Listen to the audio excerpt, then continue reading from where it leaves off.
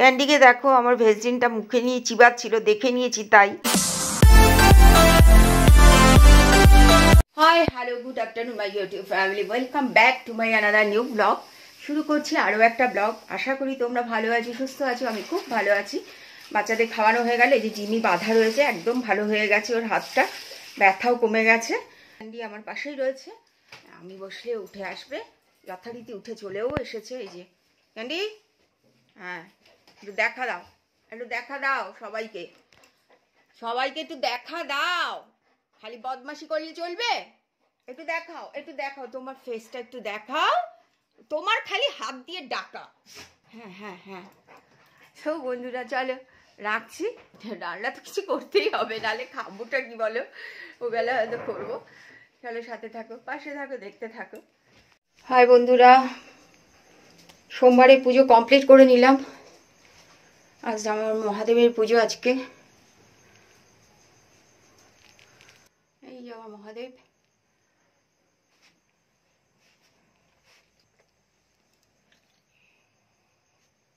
তোমাকে ধরে মারতে হয়, মাথা ঘুরিয়ে দেখছে আবার। এদিকে দেখো লক্ষ্মী সব জামা কাপড় কেচে দিয়ে গেছে। চাদর তো এখানে মেলা শুকাবেও না, দুদিন লাগবে শুকাতে, কারণ আমার এদিকে না একদম রোদ পড়ে না। কি হলো, কে গায়ে উঠছো কেন? হ্যালো ফ্রেন্ডস, ওদের ভাতটা হয়ে গেল, কিছু সবজিও রয়েছে এর মধ্যে, গাজর, শিম। ক্যান্ডিকে দিতে হবে, জিমি খায় না কোনো সবজি, শুধু চিকেন আর ভাত ছাড়া অন্য কিচ্ছু খায় না। তো ওদের এখন ডিনারটা দেব। দেখো ওদের ভাতটা রেডি করে দিয়েছি, এটা জিমির, ওকে চিকেন আর ভাত দিলাম। আর এই যে ক্যান্ডির আজকে রাতে ভাত দেবো, কারণ ওই বেলাতে আমি ফুড দিয়েছিলাম।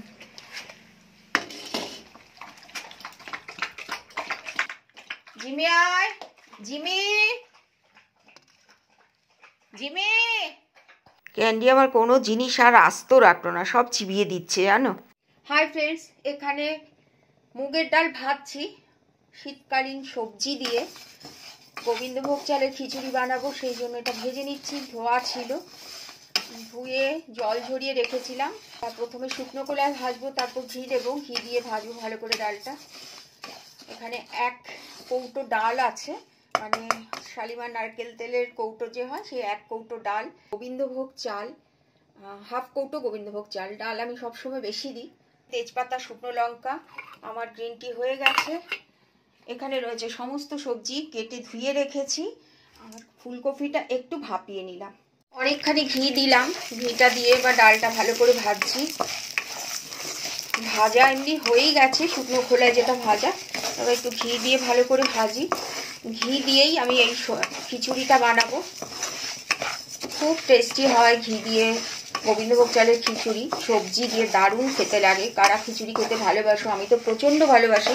কালে খিচুড়ির একটা আলাদাই টেস্ট হয়, কারণ সবজি থাকে তার মধ্যে অনেক। জিরা, তেজপাতা, শুকনো লঙ্কা দিয়ে দিলাম। সব সবজি একসাথে দেবো। অনেকে আলু দেয়, আমি দেই না, কারণ আমি আলু খুব একটা ভালোবাসি না। আর এত সবজি রয়েছে তো সেই জন্য আর আলু দিলাম না। এই খিচুড়িটায় আলাদা করে আর সোমবার দিতে হবে না, বা তড়কা যেটাকে বলে সেটা দিতে হবে না, কারণ আমি এই সবজিটার মধ্যেই সব মশলা দিয়ে একবারে কষাচ্ছি। এটা খুব ভালো করে ভেজে নেব। কিছুটা সর্ষের তেল দিয়েছি, আর একটু ভাজা হোক, ঘি দেব। ম্যাক্সিমামটাই ঘিয়েই করব আমি এটা। জলটা গরম করতে বসালাম, এখানে 2 চামচ ঘি দিলাম। গোবিন্দভোগ চালটা ধুয়ে জল ঝরিয়ে নিয়েছি, এবার এটা ভালো করে মেখে নেব। সবজি যদি না দিতাম তাহলে ভুনা খিচুড়ি করতাম, কারণ ভুনা খিচুড়ি আমি এভাবেই করি। টোটালটাই ঘিয়ে হয়, আর একটা দারুণ টেস্ট হয়। চাল কিন্তু অনেক কম আছে, 1/2 কৌটো চাল, আর ডালটা 1 কৌটো রয়েছে। অনেকে সমান সমান দেয়, বাট মাকে দেখতাম আমার ডাল বেশি দিত, চাল কম হতো, আর সেটা খেতে মানে এক্সেলেন্ট হতো। যে ডালটায় দেখো নুন দিয়ে দিয়েছি, এটা সিদ্ধ হোক, আঁচটা একটু কমাবো। এইটুকু জলেই হয়ে যাবে। কাজু বাদামটা না দিতে ভুলে গেছি, একটু কাজু দিয়ে দিলাম। সিদ্ধ হয়েই গেছে। একদম গলে গেলে তো ভালো লাগে না, একটু গোটা থাকলে খেতে ভালো লাগে। সেটা চাল বা ডাল বা সবজি যেটাই হোক না কেন, খিচুড়িতে পুরো যদি গলে যায় আমার অন্তত খেতে ভালো লাগে না সেটা। সিক্রেট টিপস, এর মধ্যে পাওভাজি মশলা দিলাম, সেই জন্য গ্যাসটা আবার অন করলাম। কাজুটা এই মশলাটা দিয়ে আরেকবার নাড়িয়ে নিই। এই মশলাটা দিয়ে করে দেখো, এটা সিক্রেট টিপস। সবজির সাথে চালটাও দিয়ে দিলাম, ঘিয়ে মাখা চালটা একটু নাড়িয়ে চাড়িয়ে গ্যাস অফ করবো। এরমভাবে যদি কেউ না করে থাকো, একবার করে খেয়ে দেখো, খুব খুব টেস্টি হয়। যে কোনো নিরামিষের দিনে এরকম নিরামিষ একটা রেসিপি দারুণ দারুণ। অনেকেই শনিবার দিন খিচুড়ি খায়, বাট আমার তো কোনো নিরামিষ হয় না, মাছ মাংস দিয়ে কিছু না কিছু থাকে এভরিডে। হ্যাঁ, আমি একসাথে রান্না করে নিই অনেকটা, যাতে দুদিন রান্না করতে না হয়। গ্যাস অফ করে দিলাম।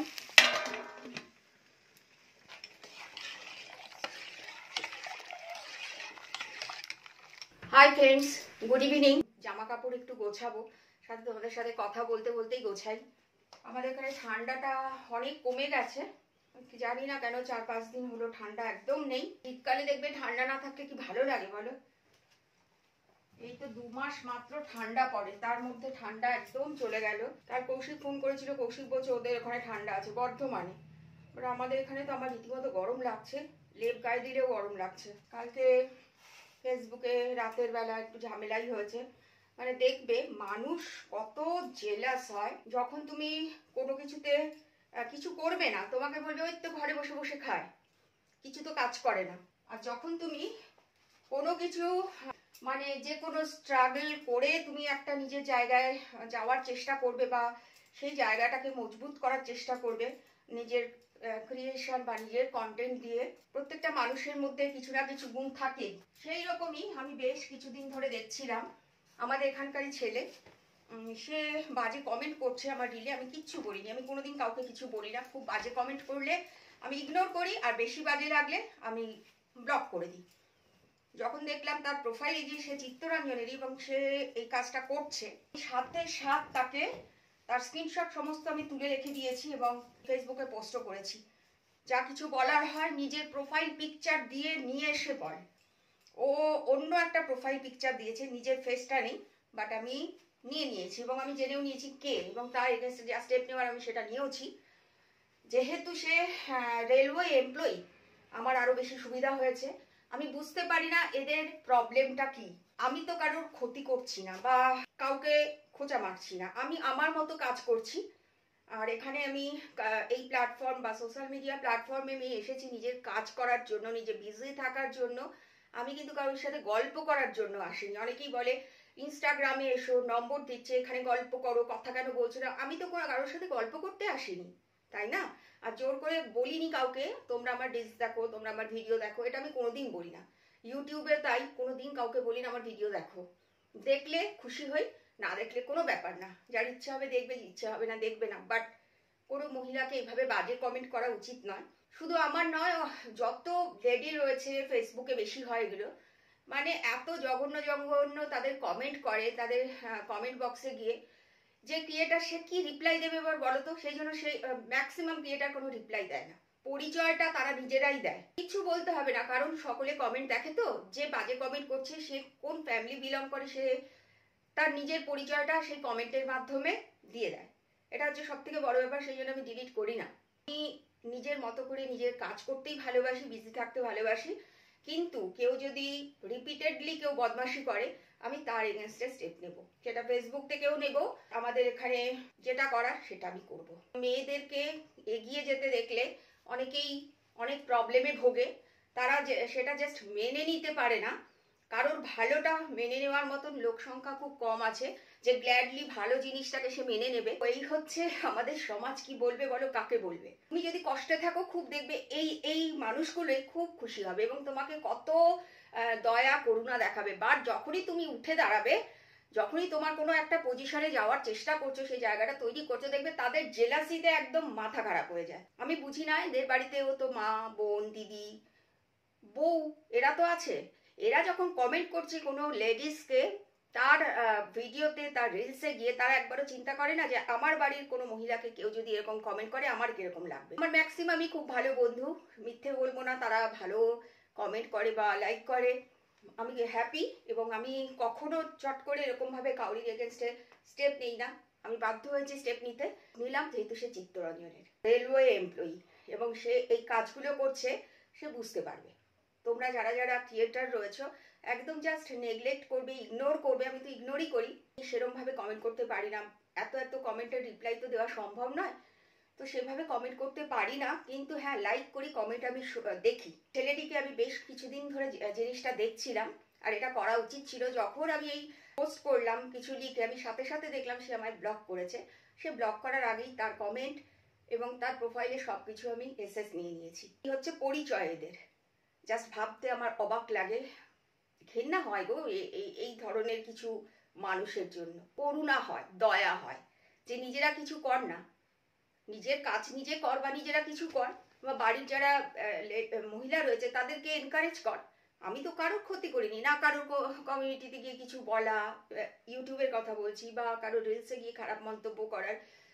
যে যেটা করছে সে তার ক্ষমতা মতো করছে, তাকে এনকারেজ করা উচিত। তার বদলে বাজে কমেন্ট করা, বাজে নোংরা ইমোজি দেওয়া, এটা সে তার নিজের পরিচয় দেয়। গোছানো হয়ে গেল, কিছু কথা বললাম। এই যে দেখো, আমার মেয়ে আমার সাথে কাজ করবে বলে এখানে বসে আছে।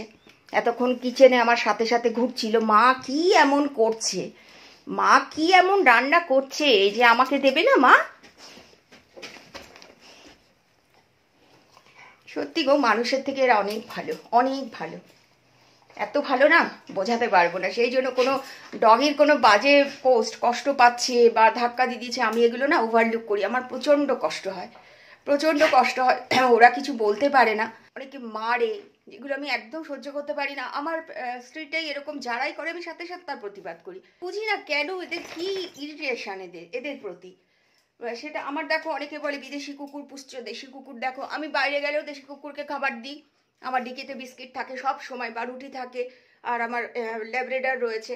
আর আমার বাড়িতে জিমি রয়েছে, যে স্ট্রিট ডগ, তাই না? আজকে 12-13 বছর হয়ে গেল তাকে আমি লালন পালন করছি।